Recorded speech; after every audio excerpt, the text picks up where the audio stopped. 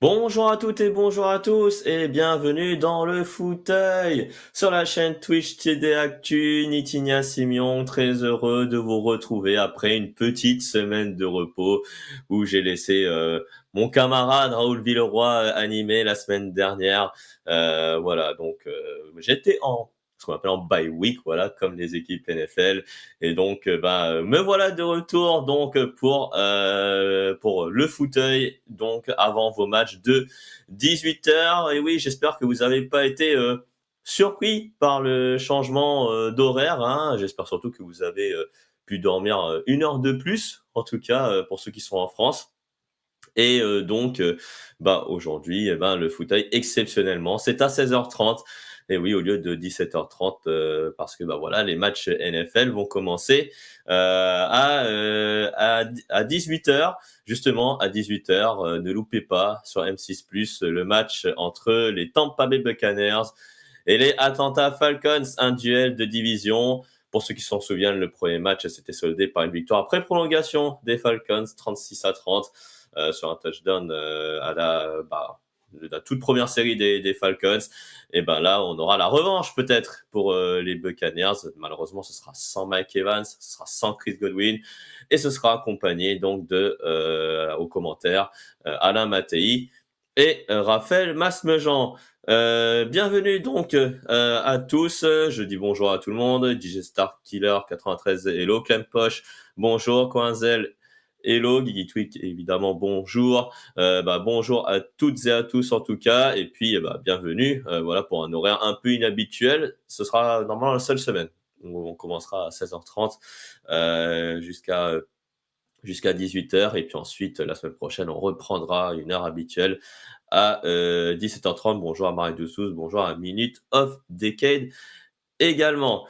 Le programme, je rappelle que cette émission est sponsorisée par Unibet, là, notre partenaire de paris en ligne, qui va faire l'objet donc d'une rubrique en compagnie de Kevin Reloadé, qui va également m'accompagner pour le débrief du match entre les Los Angeles Rams et les Minnesota Vikings. Ensuite, le thème de la semaine également avec lui, ce sera les joueurs sous-cotés. Qui sont ces joueurs qui sont en manque de reconnaissance dans le fauteuil? On va essayer un peu de leur donner un peu de crédit. Voilà, à ces joueurs-là. N'hésitez pas sur le chat aussi à nous dire qui sont vos joueurs sous-cotés. On va essayer d'en prendre un ou deux pour en parler, si possible, dans le chat. Voilà, à la fin peut-être de ce thème. Les paris en ligne avec notre partenaire Unibet. L'avant-match, donc, qui va commencer à 18h, donc, je rappelle. Et puis, le quiz pour gagner plein de goodies, plein de cadeaux à gagner également. À la fin de l'émission, vous en avez l'habitude. Voilà, il y a sur le chat TD Actu les liens où vous pouvez nous soutenir, les réseaux sociaux, et aussi le Tipeee également, sans qui cette émission ne pourrait pas se faire. Évidemment, à la technique, j'oublie souvent de le mentionner, mais si on fait cette émission, c'est surtout grâce à lui. Camille Saraben est à mes côtés. Salut Camille. Salut à tous. Alors Camille, on va commencer avec le programme, l'actu de la semaine, avec donc le jour de match, et ça y est, les Miami Dolphins vont peut-être avoir une attaque avec Tua Tagovailoa qui est de retour de sa commotion cérébrale. Bon, est-ce que Tua Tagovailoa va être bon durant ce match? Donc ce sera face à l'équipe des Arizona Cardinals. Ça, c'est moins sûr parce qu'en début de saison, il n'a pas franchement été transcendant, mais au moins, il y a de l'espoir du côté des Miami Dolphins avec le retour de leur quarterback. Et puis aussi, c'est peut-être le moment de mettre Tyreek Hill et Jalen Waddle pour votre fantasy, qui sait. Voilà, et donc avec un quarterback comme toi, Tagovailoa, peut-être que Miami va repartir de l'avant, puisque Miami n'a que 2 victoires pour l'instant cette saison, et que avec le retour donc du quarterback, ça pourrait redynamiser Mike McDaniel et son staff, mais aussi toute l'attaque des Miami Dolphins. Donc 2 victoires, 4 défaites. Voilà le bilan des Miami Dolphins. jusque-là. Un petit mot sur le match de la France, voilà, qui a perdu malheureusement 6-3 face à la Finlande. Deuxième défaite pour la France en Ligue des Nations après celle subie contre la République tchèque 14-7. Il y aura encore 2 matchs de classement là pour l'équipe de France pour la Ligue des Nations en 2025. Mais voilà, malheureusement pas de victoire durant cette campagne pour l'équipe de France. Parmi les rumeurs, voilà, qu'on cite, les rumeurs de transfert notamment, on a vu cette semaine que DeAndre Hopkins a été transféré aux Chiefs de Kansas City. Encore un receveur d'envergure parti après Amari Cooper et le deuxième, j'ai oublié son nom, Amari Cooper et Davante Adams. Et oui, parti du côté des Jets de New York, retrouver son ami Aaron Rodgers. Il y a également voilà des rumeurs qui ont évoqué un échange voilà avec Deontay Johnson, notamment le receveur qui est désormais disponible. Voilà, il a signé, il a été échangé voilà, lorsqu'il était arrivé aux Panthers en provenance des Steelers, et ben il va peut-être être de nouveau échangé. Deontay Johnson. N'hésitez pas sur le chat à nous dire quelles sont les équipes candidats qui pourraient être candidats pour être intéressés pardon pour le receveur des Panthers. On a également Tradevius White qui pourrait être sur la liste des joueurs transférés.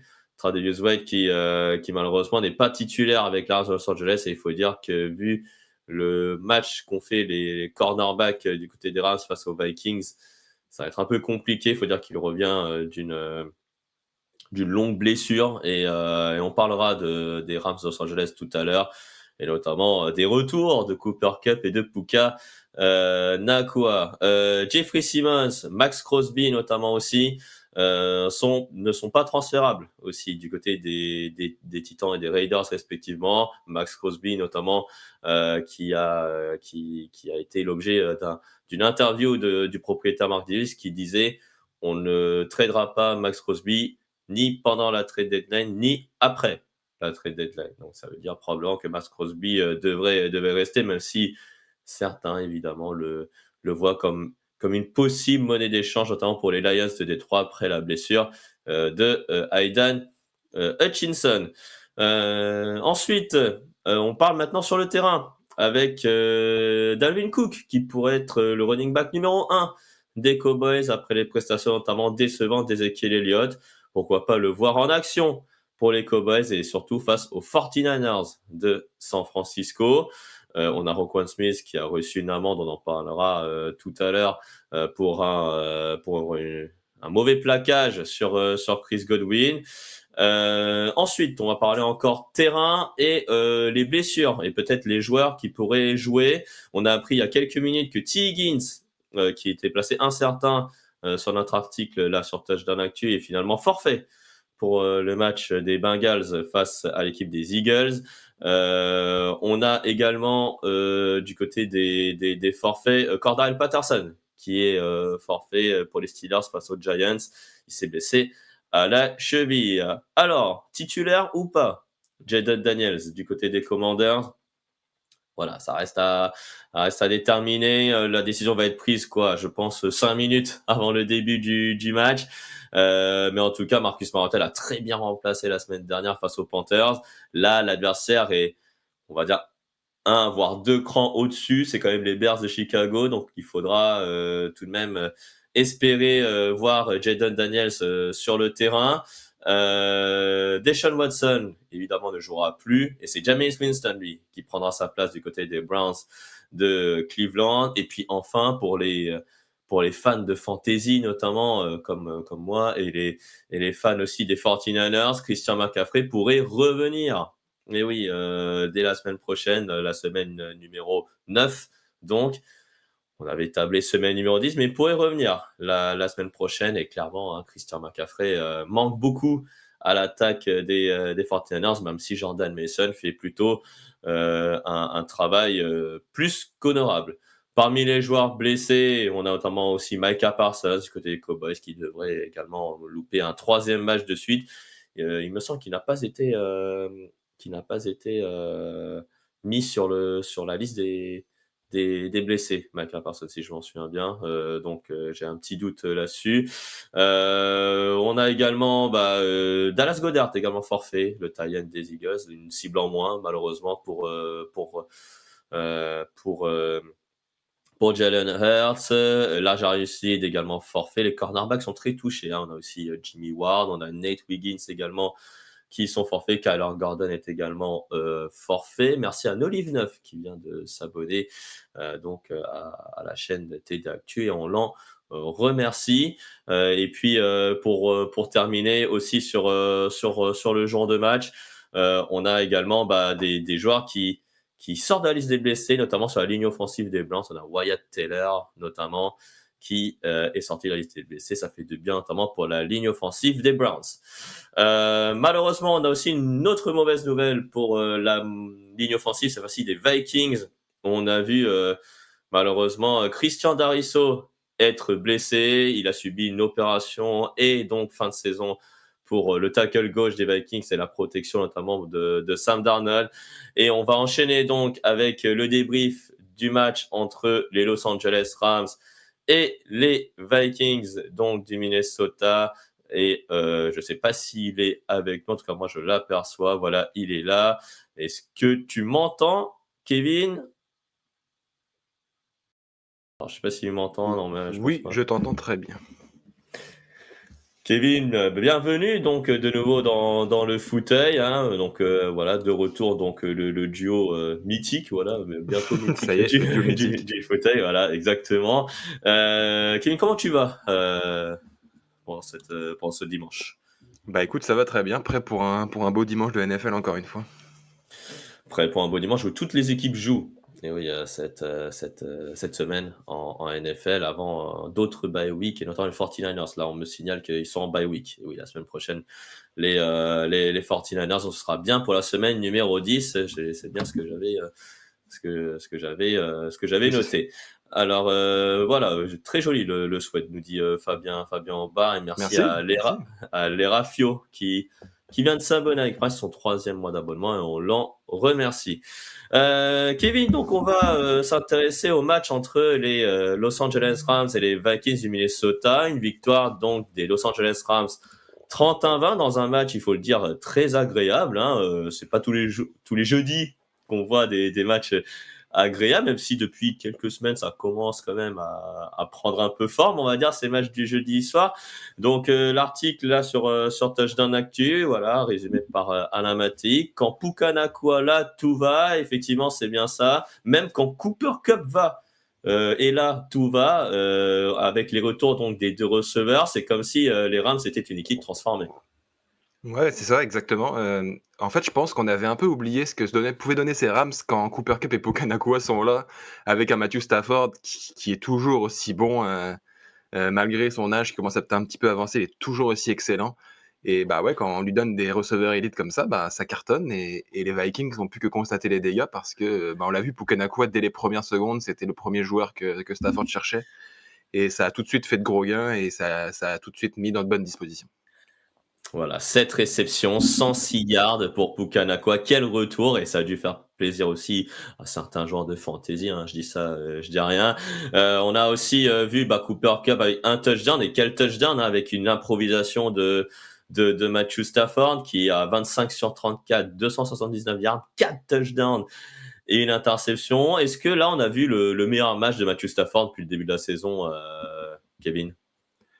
Bah, je me rappelle qu'il avait aussi très bien joué, notamment contre les 49ers. D'ailleurs, on peut faire le lien puisque c'est les 2 matchs sûrement où il a eu le moins de pression et où il a pu découper les défenses et bah, Matthew Stafford, c'est ça, si on lui met pas de pression, si on l'empêche pas de jouer, bah, il va trouver des solutions. Il est très précis, très efficace. Il sent bien les coups et bah, c'est ça qui s'est passé face aux Vikings. Ils ont pas su lui mettre suffisamment de pression et ils ont pu que constater les dégâts parce que oui, comme on l'a dit, ils ont des receveurs excellents avec le retour de leurs 2 stars. Ouais, 0 sac concédé. La ligne offensive a été très bonne du côté des Rams de Los Angeles, notamment les 2 tackles, que ce soit, je crois que c'était Noteboom à gauche et à droite, c'était Avenstein. Du côté des Rams, on a aussi voilà, fait pression sur Sam Darnold dans la défense. Il y a Byron Young qui a fait un safety. Bon, on va pas lésé un peu sur l'arbitrage qui a malheureusement oublié ce face mask bien plus qu'évident du côté en faveur des Rams de Los Angeles. Et c'est dommage que ça se termine là quand même, Kevin. Ouais, c'est dommage. Après, je pense qu'on en fait aussi un petit peu beaucoup sur cette faute. C'est une faute monumentale des arbitres, on est d'accord, mais on est quand même dans la end zone avec moins de 2 minutes à jouer. Il y a plus de temps mort pour les Vikings, il y a 8 points de retard. Bon, je suis vraiment pas, d'accord avec ceux qui disent que ça a changé le cours du match et que ça a empêché un retour.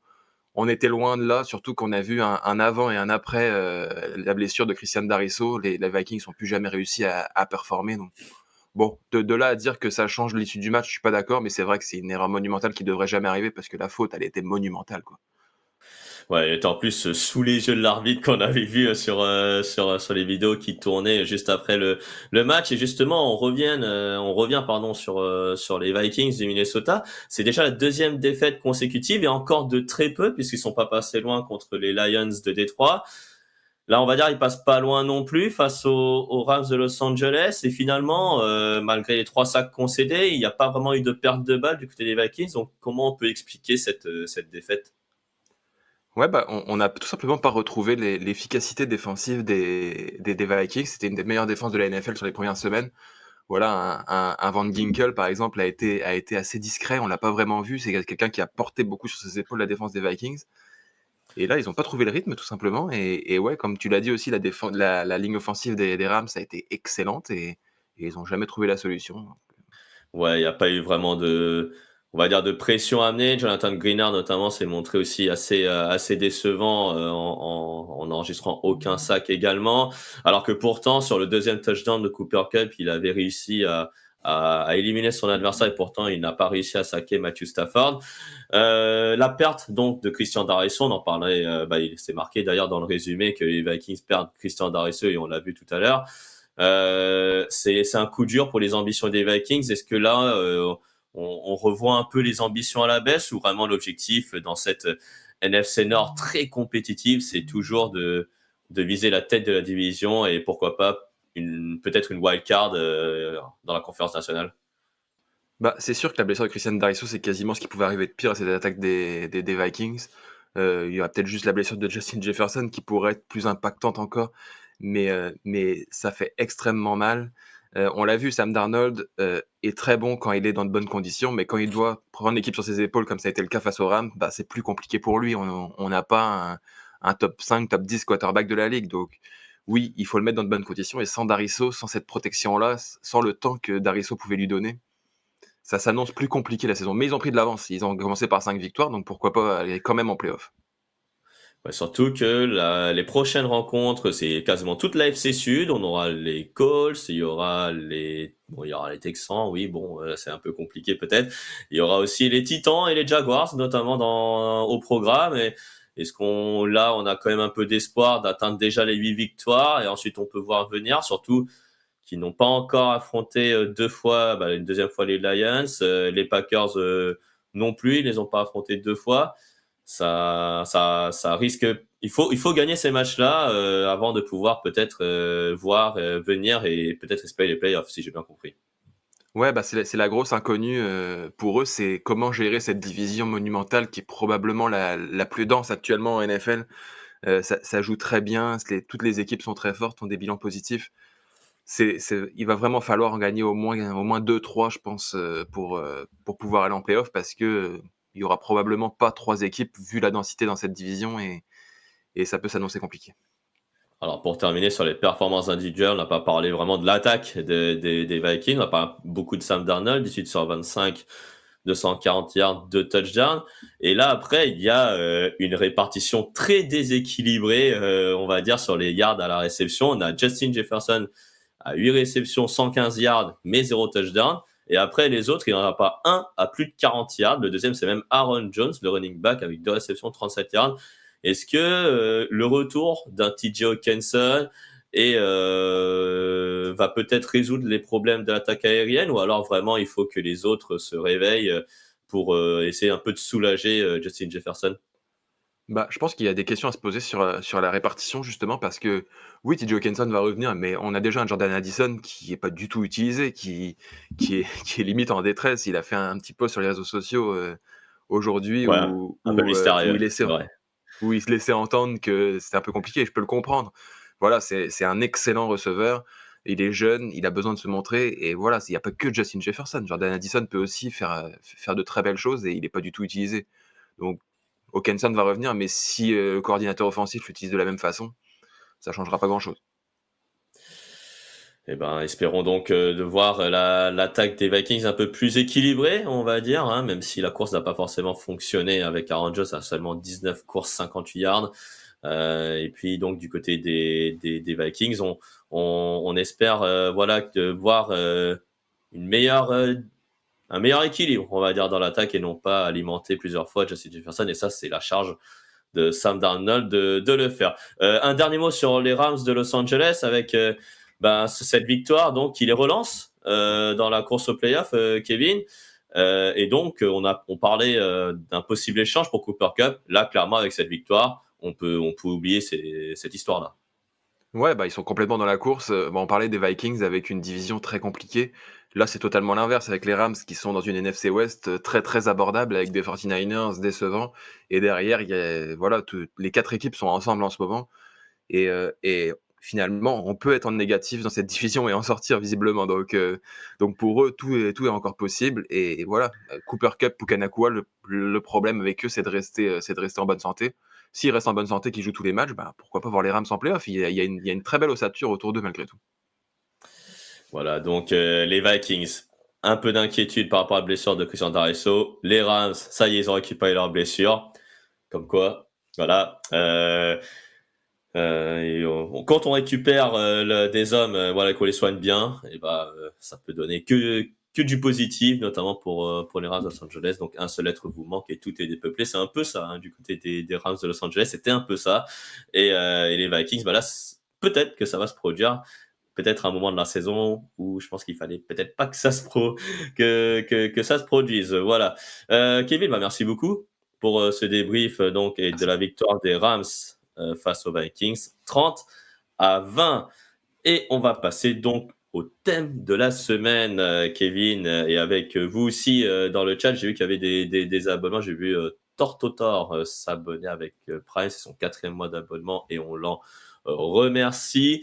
Euh, on va parler donc d'un thème qui voilà, va susciter beaucoup de débats, clairement, parce que certains n'ont pas la même définition donc de ce qu'on appelle un joueur sous-coté. Donc déjà, bon, ça va être ma première question pour toi, Kevin. C'est quoi pour toi un joueur sous-coté? Écoute, bah, c'est un joueur qui produit beaucoup, qui est pas toujours, aimé à sa juste valeur, qui est rarement en fait mis sur le devant de la scène alors qu'il performe autant que certaines stars et voilà, c'est ce qu'on va explorer, aujourd'hui avec certains noms. Oui, avec certains noms. J'espère que vous aussi dans le chat vous avez cette même définition. En tout cas, c'est la mienne aussi. Donc là, je vais pas contre-argumenter avec ça. N'hésitez pas tout au long du chat à nous proposer des noms. Comme ça, je vais essayer après d'en prendre un ou deux par-ci par-là et on va en parler avec Kevin également dans le fauteuil. Le premier joueur dont parce que évidemment, on a préparé cette émission et donc on ne pouvait pas faire cette émission sans aussi l'avis de la rédaction TD Actu. Et le premier nom qui est sorti donc parmi les membres de la rédaction TD Actu, c'est Dexter Lawrence, le joueur des New York Giants. Kevin, première question sur lui, c'est très simple, c'est sa 6e saison en NFL. C'est pourtant lui le leader au nombre des sacs et pourquoi on ne parle pas assez donc de Dexter Lawrence? Écoute, bah, c'est sûr qu'il y a le contexte des Giants qui sont quand même une franchise un peu en galère ces dernières années. Après, lui, c'est vrai que statistiquement, bah, il est là chaque année. Il a jamais raté un seul match en carrière alors qu'il est là depuis 2019. Pour un defensive tackle, c'est quand même un bel accomplissement. Il fait ses sacs, pareil pour un defensive tackle, c'est pas forcément un poste, très, très fort sur les stats, mais il fait ses sacs, il fait ses plaquages et voilà, on a peu parlé des Giants en début de saison, mais s'il y a quelque chose à parler, à leur sujet, c'est cette ligne défensive et c'est ça aussi qui les maintient à flot encore en ce début de saison. Ouais, cette saison, donc déjà 7 matchs, 24 plaquages, oui, 9 sacs pour lui, et c'est le leader, et pour un defensive tackle, jouant parfois nose tackle, c'est-à-dire la pointe de la ligne défensive. C'est vraiment très, très, très fort. Sachant qu'il a aussi à ses côtés Brian Burns et Kevin Thibodeau. Donc, Kevin, euh, comment on pourrait voilà, parler de lui et surtout, est-ce que Dexter Lawrence, s'il était dans une autre équipe, est-ce qu'il ferait la même production statistique ou alors est-ce que vraiment, s'il changeait d'équipe, par exemple dans une équipe qui est tenante du titre, ce serait un joueur, on va dire, qui mettrait la pression, mais sans les nombres de sacs que j'ai mentionnés tout à l'heure. Bah, on le voit sur les saisons précédentes. En 2022, c'est 7,5 sacs. L'année dernière, c'est 4,5. Cette année, il est déjà à 9 quand on lui rajoute Brian Burns. Donc voilà, on le voit qu'il a déjà produit ces dernières années avec moins d'aide qu'il en a actuellement. Là, cette année, évidemment, ça explose parce qu'il y a d'autres menaces sur cette ligne défensive. Et donc oui, je vois pas de raison pour laquelle il serait pas performant, voire encore plus performant dans des défenses encore plus denses, parce qu'il est exceptionnel, tout simplement. Alors Dexter Lawrence pour terminer un peu sur lui donc les Giants sont derniers de division, c'est le capitaine donc de cette équipe et aujourd'hui il n'y a pas vraiment de raison auquel on pourrait pas s'intéresser à lui.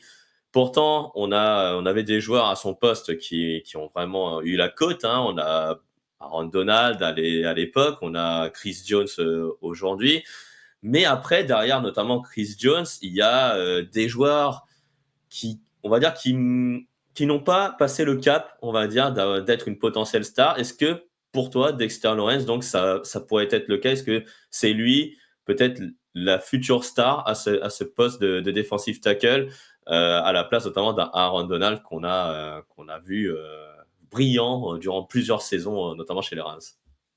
Oui, bah, c'est vrai, on le voit justement dans le chat, justement, où il y a une personne qui Mm. dit qu'Aaron Donald a pas mal pris la lumière. C'est vrai, Aaron Donald, il a Mm. polarisé absolument tout ce qui se passait autour de ce poste-là pendant des années. Et c'est logique, c'est sûrement le meilleur de l'histoire à ce poste-là. Maintenant, Dexter Lawrence, oui, il fait partie de cette caste-là. Il fait partie, en tout cas, des joueurs qui peuvent reprendre ce trône-là à ce poste-là. Et puis voilà, on parle souvent des Miles Garrett, des TJ Watt, des Nick Bosa, des Micah Parsons, mais Dexter Lawrence, il est dans cette catégorie-là maintenant aussi, et je pense qu'on l'oublie un peu trop souvent, mais il fait partie de ces joueurs-là, des 5-6 meilleurs défenseurs en ce moment. Voilà, sur la ligne défensive, et c'est lui le meilleur au nombre de sacs. Il en a 9 aujourd'hui. Personne n'a atteint 9 sacs après 8 semaines de compétition. C'est quand même assez ridicule quand on voit ça. Ça veut dire que les pass rushers qu'on nous vend, est-ce qu'ils sont surcotés? À voir, hein. Mais voilà. Donc voilà. Et puis on parle aussi dans le chat, j'ai vu donc de Chris Jones.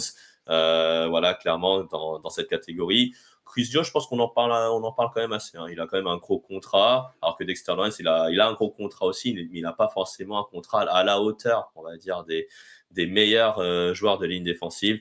Et c'est peut-être aussi pour ça que Dexter Lawrence n'est pas encore considéré à sa juste valeur.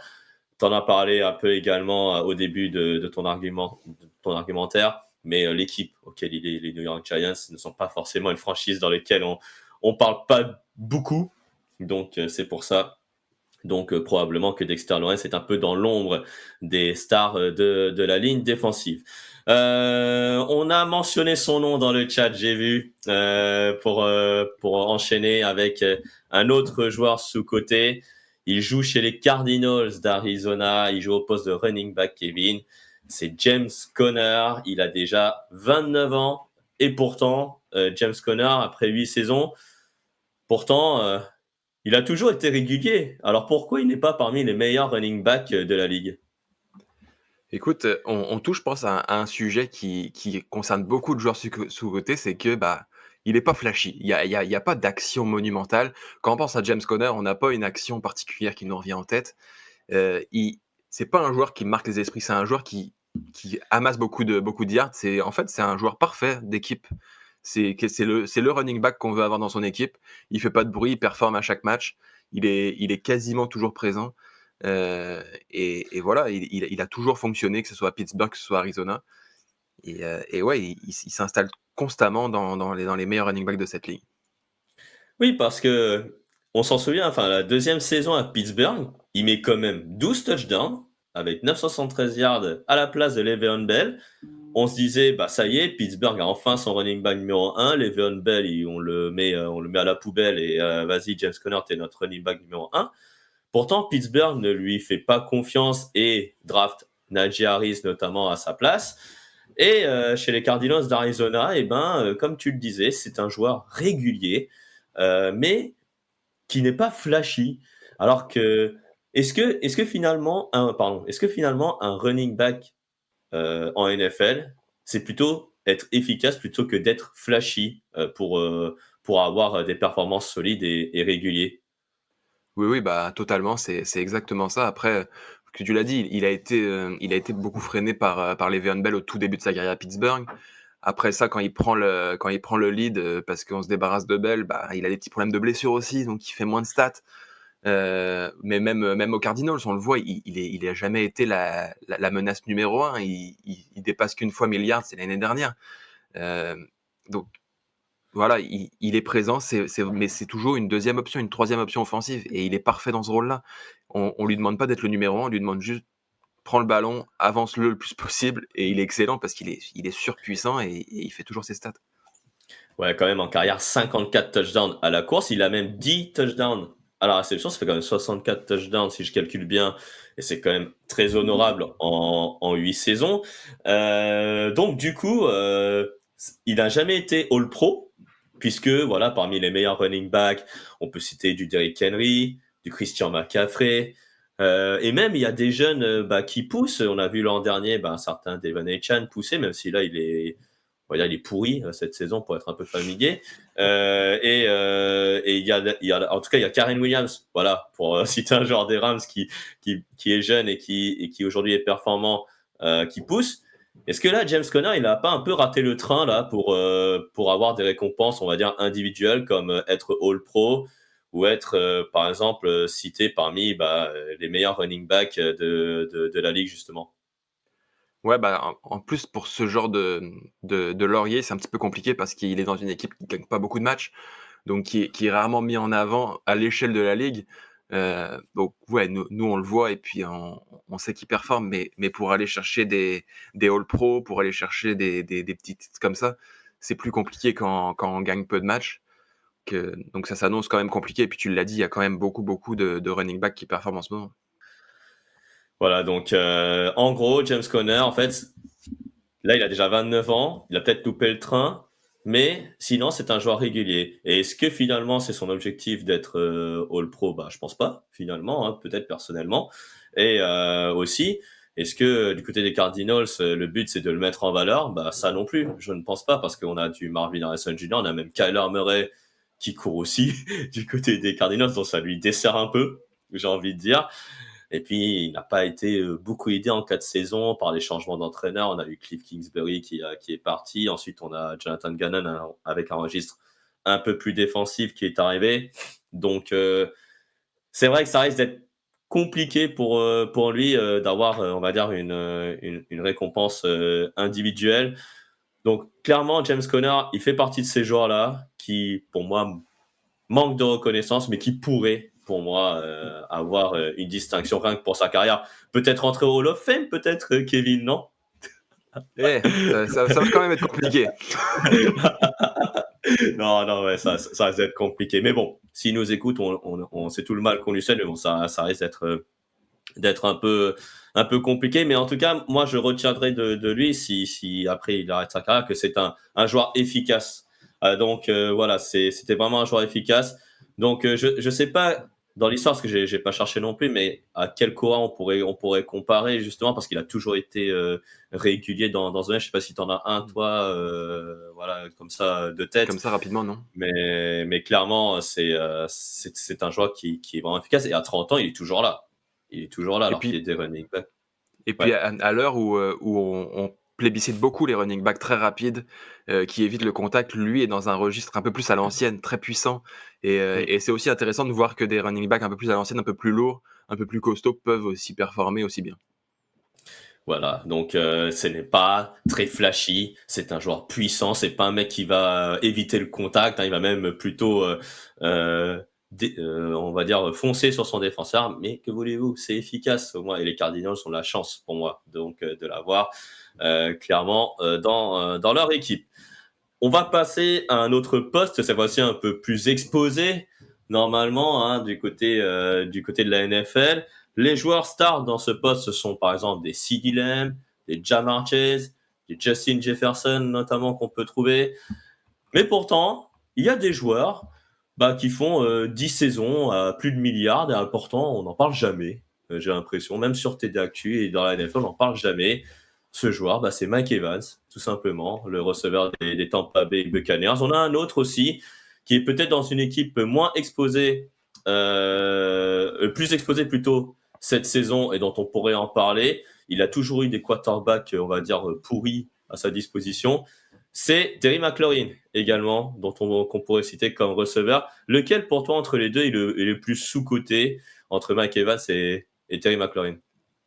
Écoute, moi, je serais plus équipe Mike Evans parce que il réalise quand même une carrière extraordinaire. On se rend pas compte à quel point c'est difficile d'être régulier dans cette ligue. Et lui, il est à 10 saisons consécutives à plus de milliards. Voilà, quand même, les quarterbacks qui ont lancé ta carrière, c'est Josh McCown, Mike Glennon, Jameis Winston, Ryan Fitzpatrick. Voilà, il a fait des saisons à milliards avec ces gars-là, quoi. Faut se rendre compte de ce qu'il produit. Aujourd'hui, le seul qui a dépassé plus de 10 saisons à milliards consécutivement, c'est Jerry Rice avec 11. Est-ce qu'il va égaler ça cette année? Voilà, avec sa blessure, ça pourra peut-être être un petit peu compliqué, mais il est extraordinaire et il n'y a aucune raison aujourd'hui de le mettre sous un Tyreek Hill, par exemple. Hmm. C'est un des receveurs les plus forts de sa génération, si ce n'est le plus fort. Voilà, Mike Evans, donc effectivement, 10 premières saisons à plus de milliards. Une saison notamment 2018 à 1524 yards et 8 touchdowns, notamment avec, je pense qu'en 2018, il me semble que Jameis Winston venait d'arriver dans la ligue, si je m'en souviens bien. Mais en tout cas, oui, quelle régularité chez Mike Evans, et je suis d'accord avec toi pour dire que voilà, est-ce qu'on peut le mettre en dessous d'un Tyreek Hill? Oui, je ne pense pas. Alors pourquoi c'est peut-être les qualités de ses quarterbacks, mais aussi parce que Mike Evans, c'est pas le plus flashy non plus. On parlait de James Conner qui est plus puissant qu'un mec qui a de la vitesse. Est-ce que c'est un mec, vu son physique et vu que son job, c'est juste attraper le ballon, est-ce que c'est ça qui fait de lui un joueur moins spectaculaire que les autres? Est-ce que c'est ça qui fait que aujourd'hui, il est moins considéré par rapport aux autres que je viens de citer, notamment en début d'introduction sur les receveurs? Oui, il y a de ça, il est peu flashy, il est très, très efficace, mais voilà, il sort pas nécessairement du lot visuellement quand on regarde un match. Et puis après, il y a le contexte aussi. Les Buccaneers, malgré tout, c'est pas la franchise qui est le plus mise en avant dans la ligue, même quand elle gagne. Voilà, ils ont gagné un titre avec Tom Brady, mais c'était pas nécessairement l'équipe non plus la plus mise en avant, même quand il y avait Tom Brady. Donc aujourd'hui, C'est ça. voilà, les 10 dernières années, les Buccaneers, c'est l'équipe qu'on mettait un peu au fond et puis qu'on regardait une fois de temps en temps quand on n'avait rien d'autre à regarder. Et il a sûrement aussi un peu souffert de ça. Clairement, Mike Evans, surtout que le duo avec Chris Godwin, on peut même parler d'un duo sous-coté, clairement, Oui. avec Chris Godwin. Et surtout, après, Mike Evans, il a déjà été All-Pro, mais seulement 2 fois All-Pro, ce qui est quand même une anomalie, moi je trouve. Et 5 fois un Pro Bowler, là aussi, peut-être c'est une anomalie. Il a 100 touchdowns aussi, Mike Evans, en quasiment 10 ans de carrière. Est-ce que c'est aussi ça le problème? Parce que 100 touchdowns, c'est très bien. Mais est-ce que pour être parmi les meilleurs receveurs, est-ce que c'est pas justement une statistique qui ne le met pas en avant, justement, qui le dessert, limite, d'avoir seulement 100 touchdowns en 10 saisons? Ouais, c'est sûrement qu'il en manque un petit peu encore pour être plus haut dans les classements.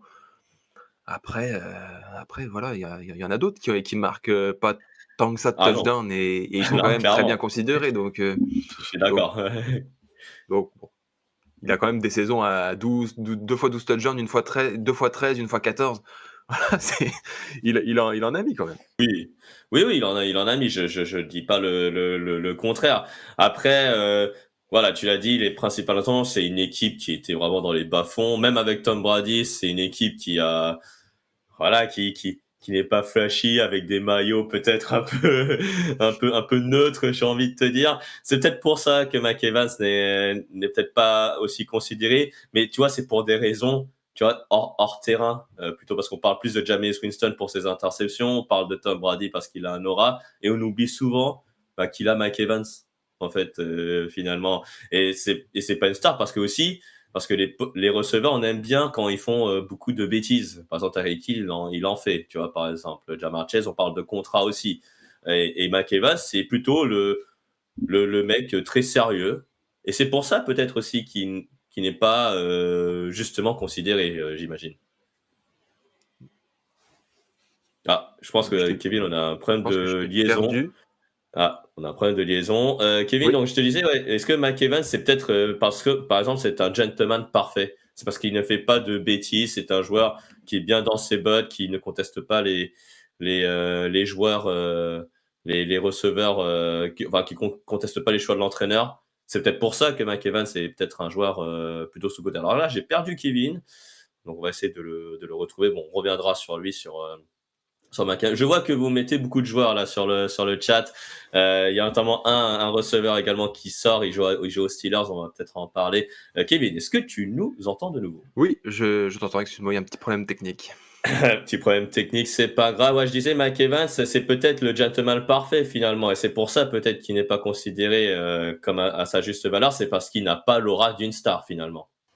Ouais, bah, il fait pas beaucoup parler de lui, on l'a dit, sur le terrain, c'est pas les actions les plus flashy et puis en dehors, on n'entend jamais parler, voilà et je me souviens pas d'une interview un peu choc de Mike Evans qui se plaint de quoi que ce soit donc donc ça Voilà. ça parle pas beaucoup, ça frime pas non plus beaucoup par rapport à un Tyreek Hill, par exemple, qui peut faire des interviews ou des tweets ou des choses un peu plus flashy. Lui, voilà, ça reste dans son coin, ça performe mais voilà, les Voilà. chiffres sont là.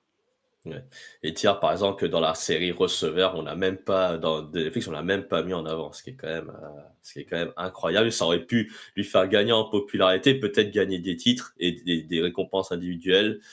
Voilà, donc que Mike Evans continue comme ça, voilà, 10 saisons à plus de milliards, c'est quand même très fort et on l'aime comme ça. En tout cas, Mike Evans, c'est pas besoin d'être une star, peut-être que ça va lui desservir tout simplement d'être une star et peut-être qu'on en parlera de lui plus en après-carrière plutôt que pendant sa carrière, pourquoi pas.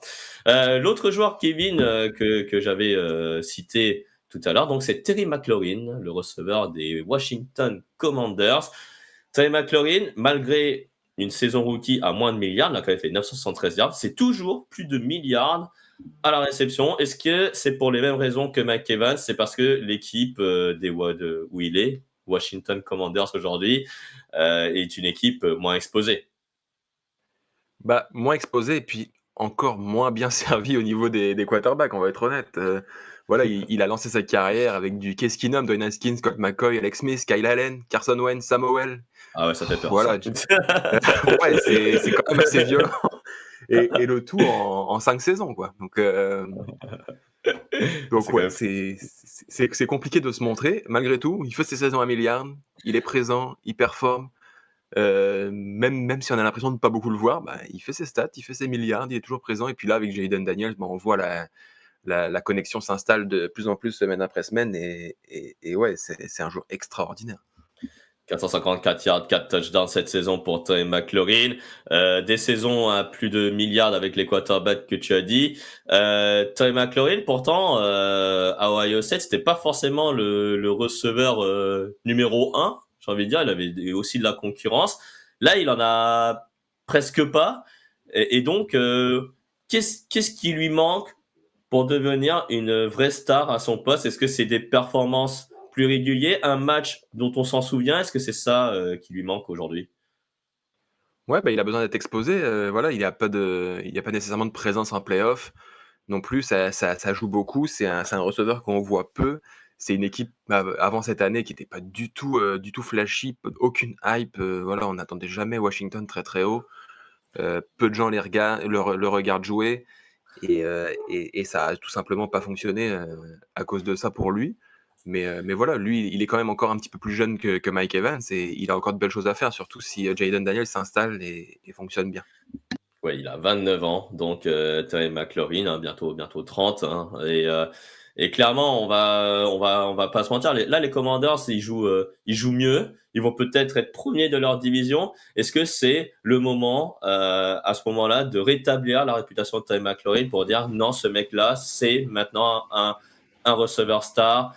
Maintenant on va beaucoup parler de lui, c'est un joueur qui va être sous le feu des projecteurs». Mais pourtant, il y en a un qui vient d'arriver, c'est Jayden Daniels. Est-ce que malheureusement, il va lui faire de l'ombre une nouvelle fois? Écoute, je pense pas parce que, voilà, quand tu as un jeune quarterback qui arrive, justement, ça amène la lumière sur lui, mais ça amène la lumière sur son équipe et par ricochet, ça va aussi amener la lumière sur Terry McLaurin. Surtout que c'est sa cible préférentielle. C'est avec Terry McLaurin que Jayden Daniels va briller et s'imposer dans cette ligue en tant que passeur et voilà, donc je pense que ça va mettre beaucoup de lumière sur Terry McLaurin et c'est peut-être justement les 3-4 prochaines années pour lui, le moment de s'installer comme vraiment, un des meilleurs receveurs de sa génération.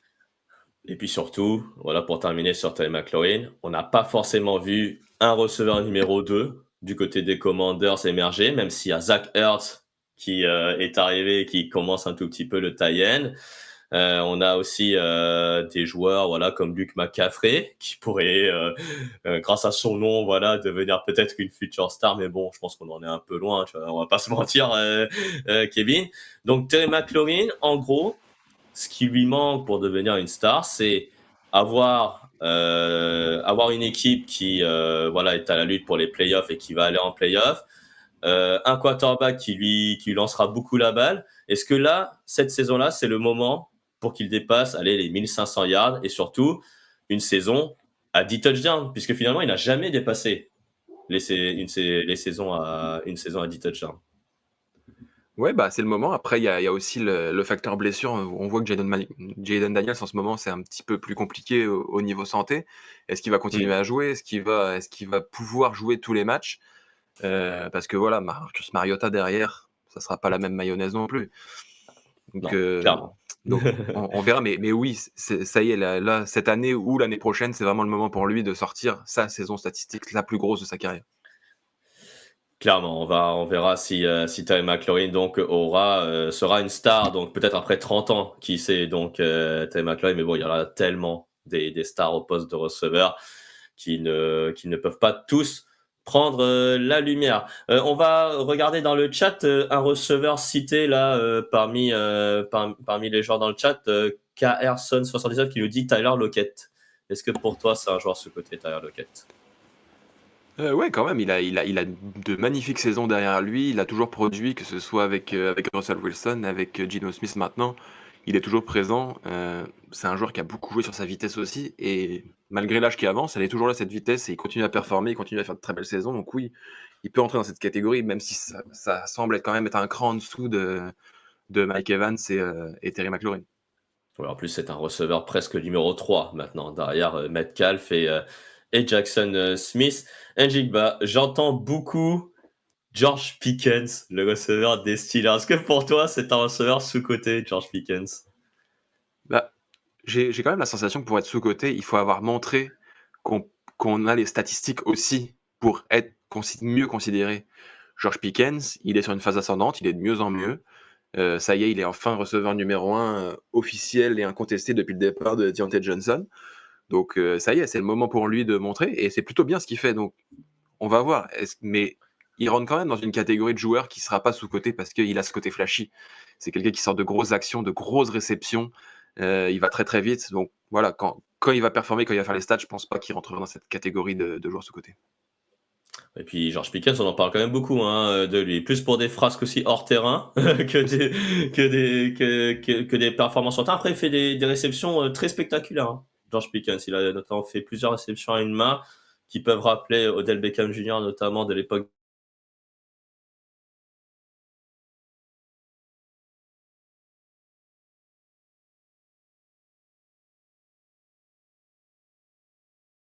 Euh, voilà, il a le caractère pour être sur le numéro 1. Est-ce un joueur sous-coté pour autant? Pas sûr. Voilà, moi, pour être un peu tranché dans l'opinion, parce que il a un comportement vraiment un peu difficile à gérer, et on l'a vu notamment lors des premiers matchs lorsque Justin Fields était quarterback. Il a même spoilé le nom du futur quarterback qui allait jouer la semaine dernière pour les Steelers de Pittsburgh face, je sais plus c'était contre qui, je pense que c'était contre les Jets, voilà, de New York. Donc ça, c'était assez prodigieux de sa part. Kevin, on a fait le tour des joueurs sous-cotés. Merci beaucoup d'avoir été à mes côtés pour parler de ce thème où il y aura où le débat va être interminable, clairement, pour la partie des joueurs sous-côté. On a Ouais. même, à part Dexter Lawrence, on n'a même pas mentionné d'autres défenseurs, notamment Micah Fitzpatrick, qui a été cité également, encore un joueur des Steelers, qui a été cité, Comme quoi. voilà, le safety. Voilà. Après, est-ce que les Steelers sont une équipe sous-cotée? Ça aussi, on va peut-être en parler. Ah, quand même, ils ont 5 victoires. Sur la rédaction, sur le chat de la rédaction, notamment, on parle beaucoup de Mike Tomlin, notamment, comme on a même un débat sur lequel est-ce qu'il est le deuxième meilleur entraîneur? Est-ce qu'il est finalement un entraîneur mauvais car il n'arrive pas à développer des quarterbacks? Bon, voilà, c'est un débat qui sera peut-être pour une autre émission. Voilà.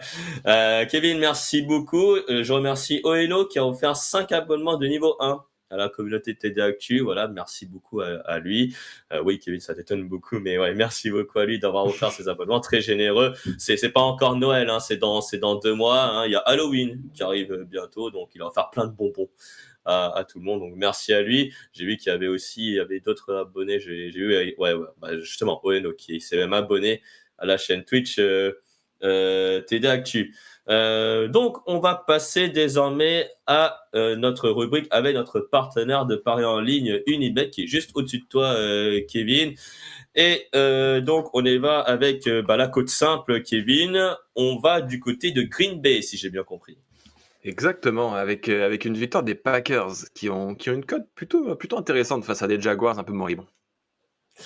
Ouais, alors là, je vois plus les paris en ligne s'afficher. Oui, ça arrive, Attends, ça va. moi La page se recharge. Ah, la page se recharge. Donc, la cote donc, que des Packers de Green Bay qui joue aujourd'hui face aux Jaguars de Jacksonville à Jacksonville, qui retournent d'ailleurs en Floride, hein, les Jaguars de Jacksonville, après leur jolie escapade londonienne. 1,49 donc pour les Green Bay Packers. Et donc, combiné à cela, Kevin, on est parti en NFC Sud et puis en AS Est. Ouais, avec une deuxième victoire des Falcons sur les Buccaneers. Voilà, les Buccaneers qui ont perdu leurs 2 receveurs. On a parlé un peu de Mike Evans et Chris Godwin. Voilà, ils seront pas là aujourd'hui. Donc voilà, Malheureusement. une belle opportunité pour les Falcons d'engranger dans la division.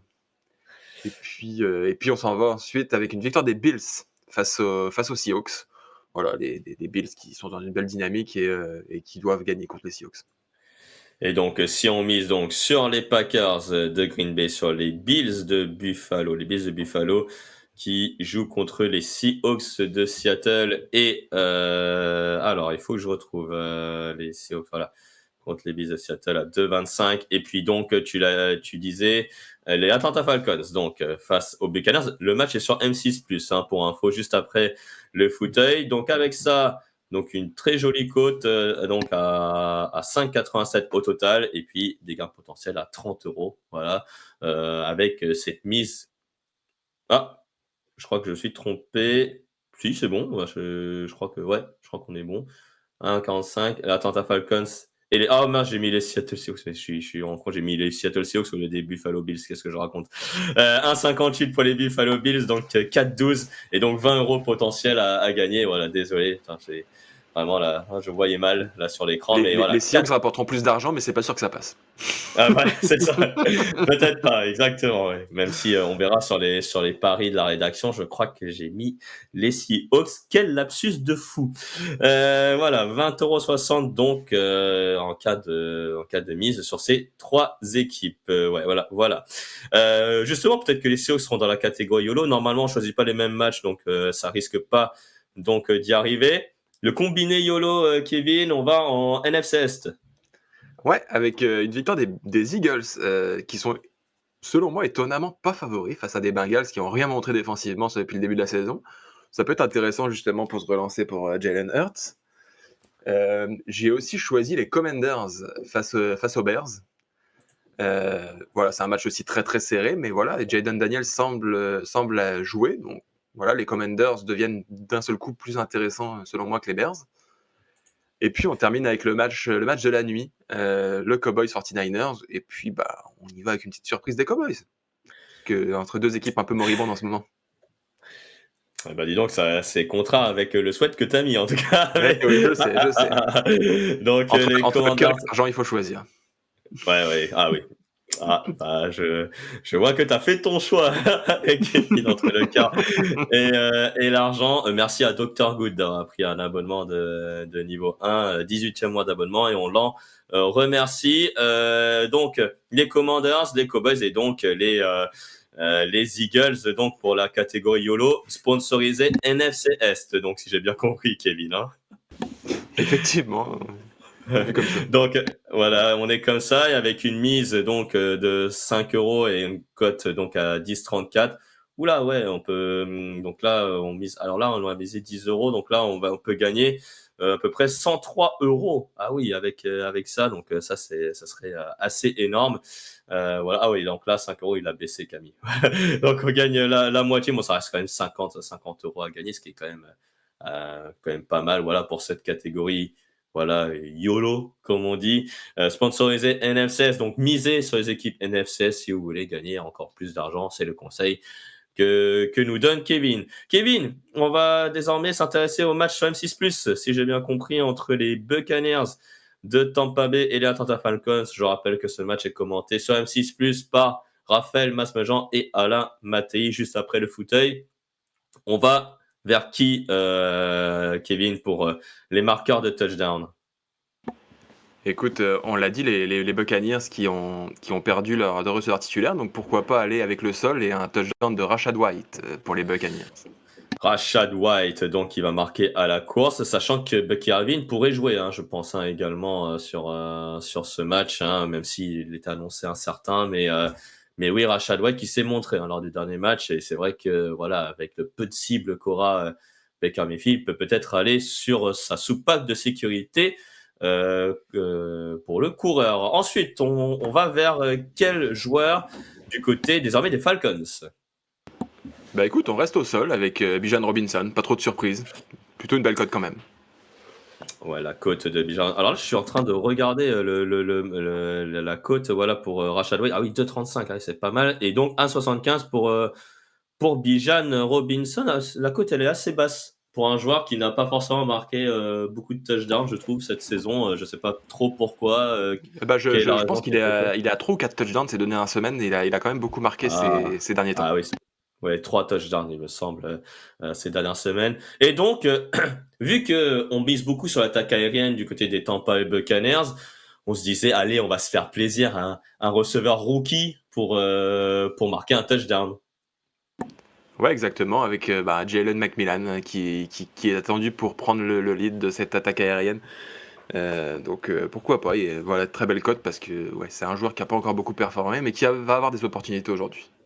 Qui a une cote plus haute que Sterling Shepard. Alors que Sterling Shepard, alors ça fait quand même 25 ans qu'il est dans la ligue. Voilà, bon, un petit trait, petit trait d'humour, mais oui, 3,60, c'est pas mal quand même, hein.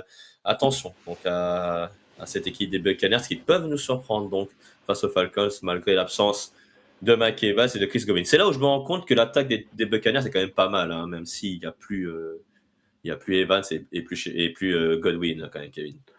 Ouais, et puis il drafte bien, Bucky Irving performe, Jalen McMillan, on va voir, mais ça semble être prometteur. Donc avec déjà une belle base qui était déjà présente avec White, Evans, Godwin, ouais, ça fait du monde. Mm. Visiblement, pour revenir sur les paroles, sur le match Seahawks-Bills, Carson est aussi de mon avis. Seattle, j'y crois bien plus que Buffalo. Bon, voilà. Espérons que ta prédiction soit aussi bonne que la mienne, Carson. Également, un Olive 9 qui me disait Darnell Mooney, pourquoi pas, hein, pourrait marquer. Hein. Il a marqué 2 touchdowns lors du premier match, Darnell Mooney, face aux Buccaneers. Est-ce qu'il pourrait récidiver? Peut-être, voilà. Sa cote est à 2,55. Waouh, ça promet également pour gagner beaucoup d'argent. Donc, si on mise donc sur ces combinés, là, avec une mise donc de 5 € si je mets 5 €, voilà, près de 90 € qu'on pourrait gagner. Et ça sera assez prometteur. Voilà, je rappelle donc que notre partenaire parallèle, vous pouvez retrouver tous les liens sur le site internet touchdownactu.com, mais aussi sur l'article que met Kevin, voilà, l'article des paris en ligne, voilà, qui est disponible, il me semble, tous les jeudis, si j'ai bien compris. C'est ça, c'est tous les C'est jeudis, juste avant le premier le match, Ouais, c'est ça, ou exact. mercredi. Voilà, avant le premier match, voilà, le lien vous est mis sur le chat TD Actu. Il nous reste une demi-heure d'émission, ça tombe bien, Kevin. On va passer à l'avant-match désormais. Oui, le coup d'envoi des matchs. C'est à 18 h aujourd'hui, une heure juste avant votre dîner de famille. Oui, une heure juste avant les red zone habituellement. Kevin, on y va avec donc le tableau des matchs. Et donc, tout le monde a 0 point. Bah oui, c'est normal, tout le monde a visé les Vikings face aux Rams de Los Angeles. Et oui, hein, on ne s'attendait pas à un retour tonitruant de Pukanakua et de Cooper Cup pour Matthew Stafford. Donc, parmi les matchs de 18 h, on a un duel AFC Nord avec les Baltimore Ravens chez les Cleveland Browns. On a un duel AFC Est avec les Jets qui se déplacent chez les Patriots. Ensuite, on a du Lions contre les Titans, les Dolphins contre les Cardinals, les Commanders contre les Bears et le retour des Jaguars à Jacksonville face aux Green Bay Packers, et le match donc sur M6+ entre les Buccaneers et les Falcons. Je vois notamment dans le tableau que c'est très indécis entre les Commanders et les Bears, Kevin. Un match entre donc le numéro 1 de la draft et le numéro 2 de la draft. Nous, on a mis les Commanders dans notre combiné YOLO. Est-ce que tu vois un match spectaculaire ou un match fermé?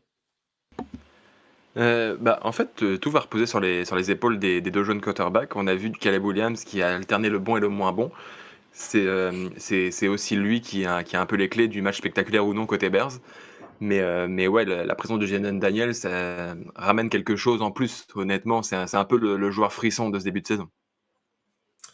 Bon, début de saison, là, on est déjà à moitié, mais c'est vrai que depuis le début de la saison, c'est lui qui porte cette équipe des Commanders. En plus du match sur M6+, hein, que vous avez tous regardé, évidemment, lequel des matchs de 18 h là te passionne le plus? Quel est celui que tu conseilles aux gens de regarder pour voir du beau football? Le Bengals Eagles, honnêtement, est vraiment très intéressant. Il y a deux Alors très ça, belles c'est à attaques. 21 h, hein. Le Bengals Eagles, quand je parle des matchs, c'est le match de 18 h entre Browns Ravens, Lions Ok. Titans, Dolphins Cardinals, Packers Jets et Jaguars Packers. Donc, désolé. Ok, bah ouais, bah dans ce cas-là, le Jaguars Packers peut être vraiment très intéressant aussi. Les Jaguars vont chercher à se relancer. Il y a quand même du talent pas encore exploité dans cette équipe. Et puis bah ouais, les Packers, toujours aussi intéressant. Jordan Love enchaîne les touchdowns par la passe. Et voilà, il va encore chercher à en rajouter pas mal. Dernière question sur les matchs de 18 h. Est-ce que Drake May va faire tomber les Jets pour toi? Et c'est un peu la grosse cote de cette semaine. Mais c'est vrai que Drake May est quand même intéressant, malgré le peu d'aide qu'il a. Ses débuts sont vraiment sympas. Et les Jets sont dans la crise, mais voilà, honnêtement, les Jets, ça y est. Davante Adams, c'est là depuis 2 semaines. Ils sont au complet, ils ont des joueurs clés à tous les postes. Non, faut gagner là. Va falloir commencer à prouver. Il va falloir donc commencer à prouver effectivement. Et puis ouais, voilà, les Jets, on attend beaucoup plus, hein, que leur bilan très négatif aujourd'hui. À 21 h, Kevin, on a 5 matchs au programme, hein, une semaine très complète, hein, cette semaine en NFL. Les Los Angeles Chargers qui reçoit les Saints de la Nouvelle-Orléans, les Seattle Seahawks qui reçoit les Bills de Buffalo, les Bengals de Cincinnati contre les Eagles de Philadelphie, les Denver Broncos contre les Carolina Panthers, et enfin les Las Vegas Raiders contre les Chiefs de Kansas City. Tu en parlais tout à l'heure, les Cincinnati Bengals contre les Philadelphia Eagles. C'est l'un des matchs les plus serrés. D'ailleurs, on le voit aussi sur le tableau. Ça va être un match spectaculaire. Et est-ce que on attend que les défenses se réveillent, ou alors on attend que une orgie de points, limite 60-70 points sur ce match-là? Ah, alors là, j'ai plus le retour. de Kevin. Ah Ouais, ouais. on a tous envie d'imaginer un festival offensif. C'est sûr que ces défenses ont pas performé à leur juste valeur, surtout celle des Bengals, on va être honnête. Et Jalen Hurts a besoin de reprendre du rythme. Donc on a envie de voir un festival offensif dans un match comme ça avec toutes les stars qui seront sur le terrain. Alors, on me signale que Bengals Eagles a été avancé à 18h. Oui, là, ça a été avancé à 18h. Alors, qui a pris sa place donc pour le match à 21h? Là, d'un coup, je me demande lequel. Mais oui, ça a été avancé à 18h. Donc, tu avais bien fait de répondre Bengals Eagles pour le Ouais, match intéressant je à l'avais 18h. dans la liste des Ouais. matchs première série. Là c'est Ah Chargers ouais, Saints, d'accord. Seahawks Bills, Ah, c'est Broncos Panthers c'est et Commanders Raiders Bears Chiefs. qui a été avancé à 21h. On n'est Et pas à Commanders jour Bears. sur le. Ouais, Ok. c'est Commanders Bears qui a été à 21h. Bah, justement, c'est les deux matchs. Mais On les a changés. ils sont. C'est terrible ça. Enfin, comment dire, c'est la même chose, hein. C'est indécis les deux, donc je sais pas pourquoi ils ont Ouais. interverti les deux rencontres. Bon, passons. Mais oui. Sinon, les potentielles surprises de ces matchs à 21h, tu vois qui? Écoute, toujours envie j'aime toujours les grosses cotes, les choses que personne ne pense, mais je rappelle quand même que les Raiders battent les Chiefs une fois par an depuis quelques années. Et là, personne ne les attend encore pire que chaque année. Pourquoi pas? Imaginons le scénario catastrophe et les Chiefs qui se trouvent pas cette semaine et les Raiders qui sortent la surprise monumentale. Pourquoi pas? Visiblement, la rédaction n'est pas vraiment de ton avis, Kevin, mais on ne sait jamais. C'est vrai, on ne sait jamais. C'est vrai que les Raiders, ils peuvent gagner quelques matchs, voilà, par-ci par-là. On a vu contre les Ravens, ils pouvaient le faire. Par contre, là, contre les Chiefs, je me demande ils pourraient rééditer une telle performance, sachant que les Chiefs, ils gagnent des matchs grâce à leur défense, hein. Donc c'est pas gagné pour l'attaque des Raiders. Et vu l'état de l'attaque des Raiders, franchement, hein, j'espère voir une surprise, hein. Mais plus la saison avance, plus après on est moins surpris, on va dire. Ouais. Et c'est ça en fait qui me fait pencher pour les Chiefs. Mais après, je te comprends. Je comprends. Le fait de voir les Raiders battre un rival de division, c'est toujours aussi bon, voilà. Et à surveiller peut-être Brock Bowers, voilà, du côté des Raiders.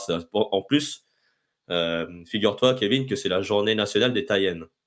Voilà. Bon, voilà. Au cas où, il y a George Kittle quand même. Je sais pas. Ouais. Non, non, Surveiller Brock voilà. Bowers et George Kittle. Voilà, c'est ça, exactement. Donc, donc voilà. Alors, pourquoi pas une surprise avec les Raiders face aux Chiefs. Est-ce que toi, tu crois au réveil de Bryce Young contre les Broncos de Denver dans un duel encore de quarterback rookie? Mais j'ai envie de croire au réveil de Bryce Young, mais je crois absolument pas au réveil des Panthers, qui n'ont absolument plus rien autour pour l'aider, le pauvre Bryce Young. Donc non, malheureusement, il n'y a pas grand-chose à faire dans son cas, je pense. Ouais, surtout qu'il sera privé de Adam Thielen et de Deontay Johnson. Donc, clairement, il y a.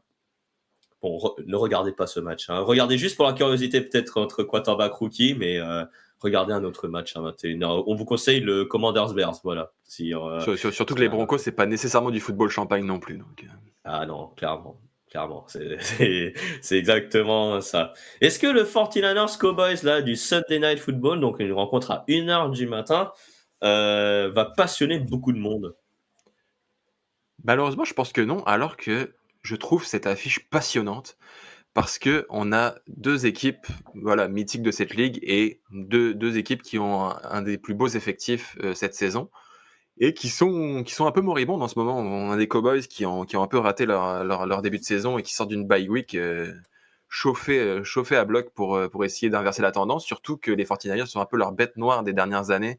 Ils n'y arrivent pas Mmh. du tout. Donc je pense qu'ils vont être très motivés. Et les Niners, bah, ils doivent prouver. Voilà, tu l'as dit, Christian McCaffrey est sur le point de revenir. Mais ça y est, la case victoire doit commencer à être enclenchée parce que les playoffs vont pas les attendre.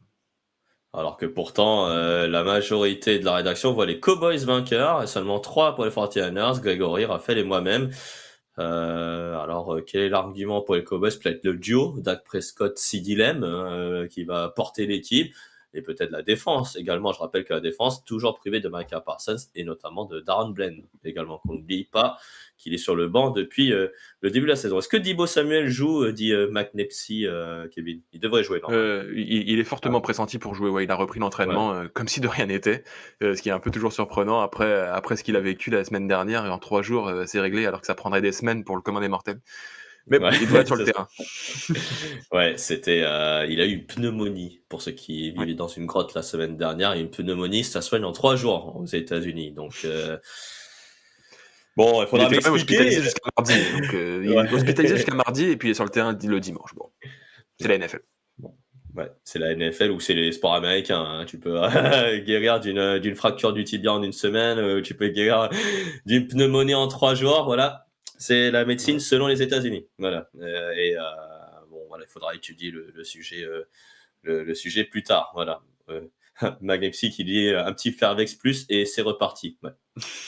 Bon. Bref, on va passer sur le point médical de cette semaine. Le Monday Night Football, oula, ce match-là, il est très déséquilibré entre les Pittsburgh Steelers et les malheureux New York Giants. Kevin, on est d'accord, les Steelers vont en faire qu'une bouchée? Ah, je suis pas certain, moi, que les Steelers vont en faire qu'une bouchée. On a des Giants, on l'a dit sur la D-line, c'est très intéressant. Ils vont pouvoir mettre de la pression à Russell Wilson. Voilà, Russell Wilson, après un match, tout le monde pense qu'il est redevenu le Russell Wilson des Seahawks. Tranquille, on va voir, on va voir. Mais les Giants, c'est intéressant avec Malik Nabers qui va avoir envie de se remettre un petit peu. Son premier match de retour de blessure était un peu moins bon. Donc, non, je trouve. C'est sûr que l'affiche fait pas rêver grand monde, mais il y a quand même des choses intéressantes. Et les Giants, pourquoi pas créer la surprise? Ouais, pourquoi pas créer la surprise? D'après la rédaction, pas vraiment, mais bon, une partie de moi voudrait effectivement, même si je pense que Je comprends. voilà, je suis un peu un cas désespéré là, surtout avec Daniel Jones en tant que quarterback aujourd'hui. Les Steelers donc avec Russell Wilson de nouveau titulaire et pourquoi pas voir Dexter Lawrence être une star de la rencontre avec 3 sacs, qui sait, voilà, et faire de lui maintenant mm, plus un joueur sous-coté et pourquoi pas George Pickens devenir sous-coté puisque il a fait des réceptions, voilà, à 5 réceptions à 100 yards pour un touchdown, voilà, qui sait. Voilà donc pour le programme de la semaine numéro 8. Déjà la semaine numéro 8, Kevin, on va terminer ce Ça mois va vite. d'octobre là-dessus. Ouais, ça va très très vite et on va te laisser partir. Merci Kevin d'avoir été à mes côtés durant quasiment toute l'émission et je te souhaite des très bons matchs et un très bon dimanche de NFL. Voilà pour cette fin de week-end. Tu vas regarder quel match là, justement, juste après, où tu regardes le multiplex? Écoute, moi je suis très red zone, donc on va Ah, profiter de l'orgie footballistique de la première série de matchs. C'est toujours plaisant. ouais, bon, pareil, voilà. Je suis un grand consommateur de Red Zone et surtout, pour ceux qui habitent en France, c'est à 18h, hein, donc clairement, vous aurez pris l'apéro, voilà, et devant une bonne boisson, vous allez voilà, consommer ce Red Zone pour cette 8e semaine. Kevin, merci beaucoup et puis peut-être rendez-vous la semaine prochaine pour un nouveau numéro du fauteuil à tes côtés. Merci beaucoup, Kevin. Salut. Salut Nitinia, merci beaucoup. Et Camille, on va donc terminer ce fauteuil avec le quiz de cette semaine numéro 8. Voilà, donc ouais, des infidèles qui n'ont pas la voix suave d'Alain Maté, ouais. Pourquoi pas.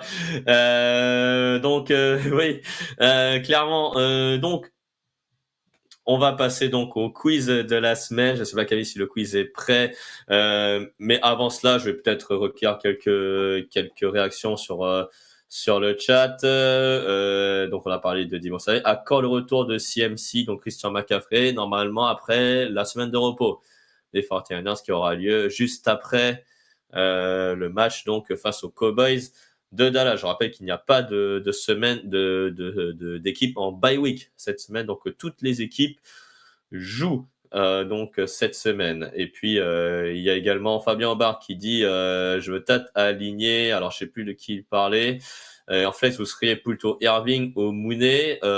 Pourquoi pas Darnell Mooney, justement. Essayez-le donc pour pour cette semaine, surtout qu'il a déjà marqué 2 fois contre les Buccaneers. Mais après, c'est à double tranchant, c'est parce qu'il pourrait peut-être être plus surveillé.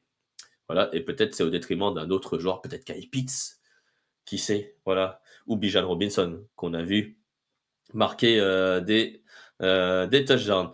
Le chat en émoticône, effectivement, nous dit DJ Star Killer 93, et oui, vous voyez, vous animez même à ma place, c'est magnifique. Voilà, vous pouvez.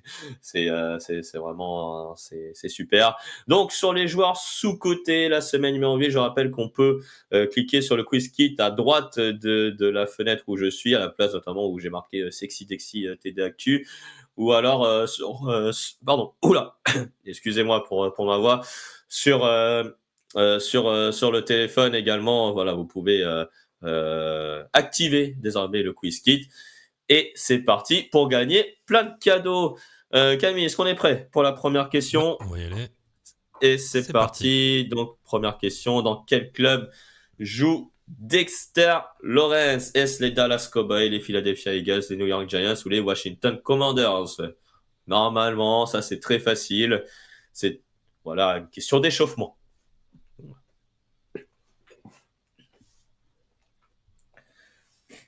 Bien sûr, il faut répondre rapidement.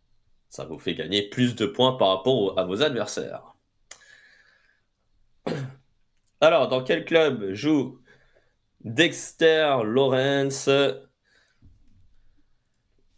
Les réponses. Et Et la réponse, voilà, les New York Giants, évidemment. 34 ont bien répondu. Il y en a quand même un qui a répondu Cowboys et un les Eagles. Bon, c'est peut-être ceux qui n'ont pas suivi le début de l'émission Le Fauteuil. Deuxième question, Camille, on va enchaîner tout de suite. c'est parti. Et c'est parti. James Conner a joué dans quel club avant de rejoindre les Cardinals? On l'a aussi dit dans le thème de la semaine avec Kevin Renaudet tout à l'heure. Est-ce les Baltimore Ravens, les Cleveland Browns, les Cincinnati Bengals ou les Pittsburgh Steelers? Toutes les équipes de la FC Nord sont citées dans ces réponses.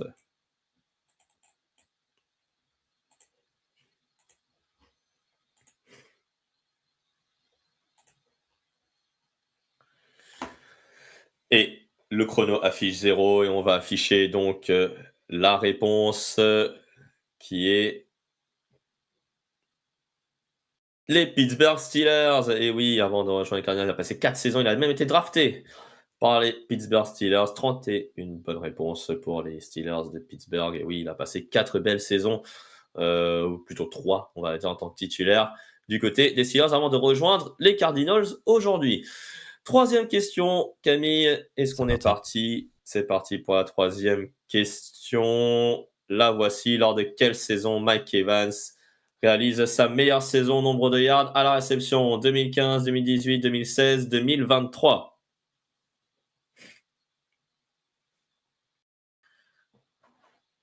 Lors de quelle saison Mike Evans réalise sa meilleure saison nombre de yards à la réception? On l'a même dit dans le fauteuil, dans le thème de la semaine avec Kevin.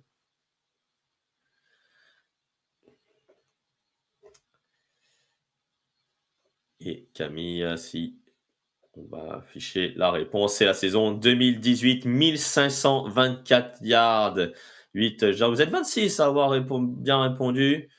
C'est très bien. Voilà, vous êtes très très connaisseur de la carrière de Mike Evans, de ce que je vois. Donc ça, c'est vraiment vraiment très cool et que vous avez aussi écouté le fauteuil. Donc ça, c'est très bien. Quatrième question. Attention, les questions vont se corser désormais. Camille, c'est parti. Pour cette question, on va parler universitaire. C'est aussi mon domaine, évidemment. Je ne pourrais pas faire une question sans mentionner l'université. Terry McLaurin a joué dans quelle université avant de rejoindre la franchise de Washington en NFL? Alors, je dis la franchise de Washington parce que ils ont changé de nom plusieurs fois. Clemson, Ohio State, LSU ou Oregon? Voilà. Clemson, Ohio State, LSU ou Oregon. Que des facs qui ont produit de très bons receveurs. Voilà, par exemple, Clemson, c'est DeAndre Hopkins, LSU, Justin Jefferson. Oregon, bah là, on a vu qu'il y avait du Troy Franklin également qui a été drafté cette année. Ohio State, évidemment, je ne vais pas citer les meilleurs d'Ohio State. Il y a du Curtis Samuel, il y a eu du Marvin Harrison Jr. également, du Chris Olave, du Garrett Wilson. Et justement, c'est Ohio State la réponse. Vous êtes 17 à avoir bien répondu à cette question. Et puis enfin, la dernière question, la 5e et la toute Alors, dernière. juste pour prévenir, j'ai Ah, dû mettre la question était un peu trop longue pour le logiciel, donc j'ai dû ouais, utiliser des mots en raccourci, des c'est abréviations ça. pour les questions. Prévenir. Ouais, c'est ça, voilà. Donc il y a eu effectivement les. Ah oui, donc la dernière, c'est vrai qu'elle était un peu longue aussi par rapport à C'est ça. l'intitulé, donc c'est pour ça. Donc la dernière question, C'est attention, parti. voici la dernière question avec des mots raccourcis donc par Camille. En 2019 avec Clelin Ferrell, donc qui est l'autre joueur de l'université de Clemson à être drafté au premier tour, en même temps que Dexter Lawrence. Donc qui a joué à Clemson et qui a été drafté en même temps que Dexter Lawrence au premier tour, tout comme Clelin Ferrell. Est-ce Christian Wilkins, Jeffrey Simmons, Devin White ou Quinnen Williams? Donc en gros, quel joueur a joué avec Clelin Ferrell et Dexter Lawrence à Clemson avant leur draft en 2019?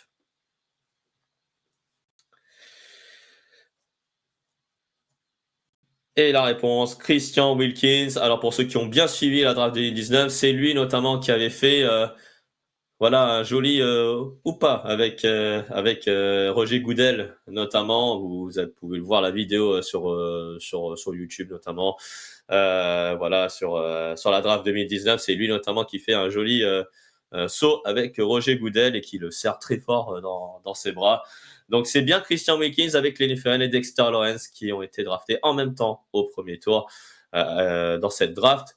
2019, Camille, qui sont les vainqueurs donc de, de ce quiz de cette Donc c'est semaine? Et encore Gigi Twig. c'est encore Gigi Twig, troisième victoire, je crois, de Gigi Twig en 8 sessions.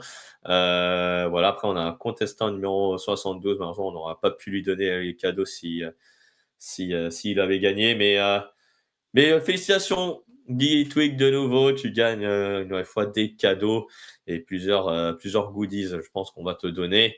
Voilà, dans quelques jours, tu peux nous contacter donc sur la chaîne Twitch. Mais bon, je pense qu'on a déjà ton adresse. Ça va être une formalité. Merci beaucoup d'avoir participé au quiz. Il nous reste quelques minutes, hein, si vous voulez. Je peux prendre vos questions avant de vous laisser. Pas mal, oui. Tarsvelder, sixième. Donc, c'est pas mal. Des questions sur la NFL, sur la NCAA, sur tout ce que vous voulez lié au foot américain. Voilà, donc n'hésitez pas à poser toutes vos questions. Moi, pendant ce temps-là, je vais faire le point aussi sur l'actualité sur Touchdown Actu. Donc avant de vous laisser, on aura notamment après ce dimanche de NFL le replay du fauteuil et les replays du thème de la semaine et du débrief entre les Rams et les Vikings du Minnesota. On a ensuite mardi les débriefs des matchs principaux de la semaine, le débrief encore mercredi des autres matchs de la semaine, jeudi la preview de la semaine numéro 9. Ensuite, les jeunes joueurs le vendredi que je fais avec Jean-Michel. N'hésitez pas à donner des suggestions de jeunes joueurs dont on n'a pas parlé avec Jean-Michel. On sera ravis d'en parler. Samedi, la fantasy avec Antoine Ajavon et Alexandre Locke. Et ensuite, tous les liens sur TD Actu avec donc notre partenaire de part en ligne Unibet que je remercie encore d'avoir été notre partenaire pour cette émission.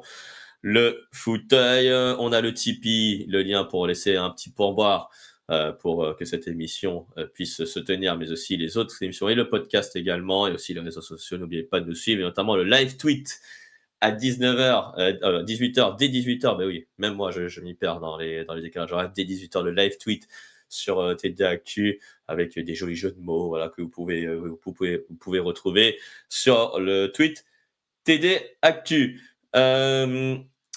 Artichoke 79, Cam Ward ou Shader Sanders? Donc c'est de la NCAA. Pour l'instant, ma préférence c'est Shader Sanders, clairement, entre les deux, puisque Cam Ward, il a un potentiel bien limité. Shader Sanders, il a le potentiel star, mais quel genre de star? Est-ce qu'on aura une star imbu de lui-même ou est-ce qu'on a une star plutôt productif pour la NFL? Voilà, est-ce que c'est plutôt en mode, voilà, je suis une star, voilà, où je vais avoir un comportement, de diva ou alors une star, où je vais performer en NFL? Voilà, clairement.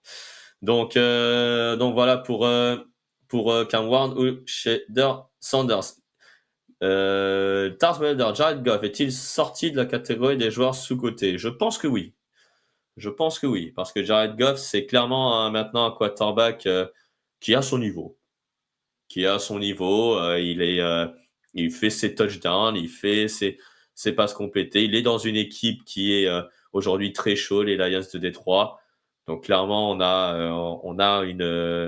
un quarterback qui est très solide. On n'a pas besoin d'être une star. Il est, pour moi, noté, à sa juste valeur.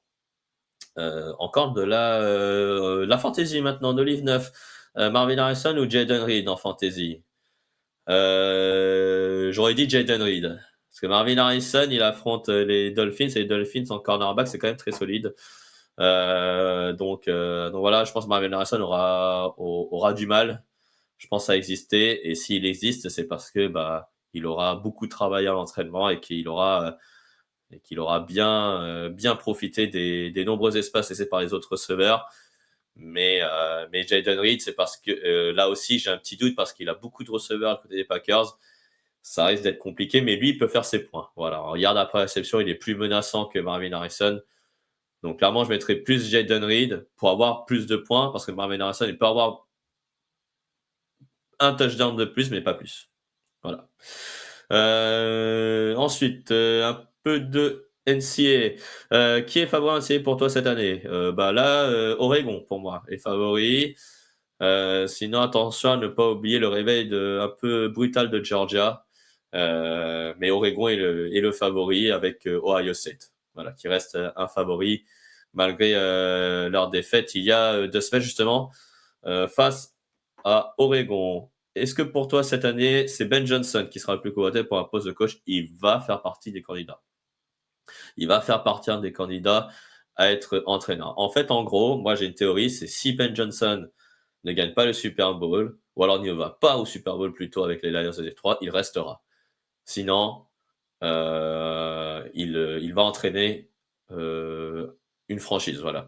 Mais après, il faut que le projet soit bon. Il faut qu'il soit entraîneur, parce que voilà, je pense que c'est un homme intelligent et qu'il ne choisit pas des projets pour avoir une promotion. Voilà, il veut un projet concret.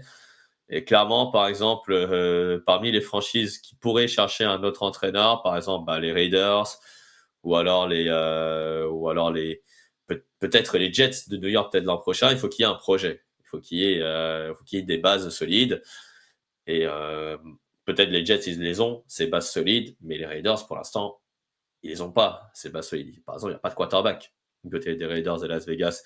Donc, c'est un peu compliqué. Il y a aussi les Saints, effectivement, comme disait Sixième Homme, effectivement, les Saints qui sont aussi demandeurs. Et là, il y a quand même une base. Je pense que chez les Saints, ils pourraient s'épanouir.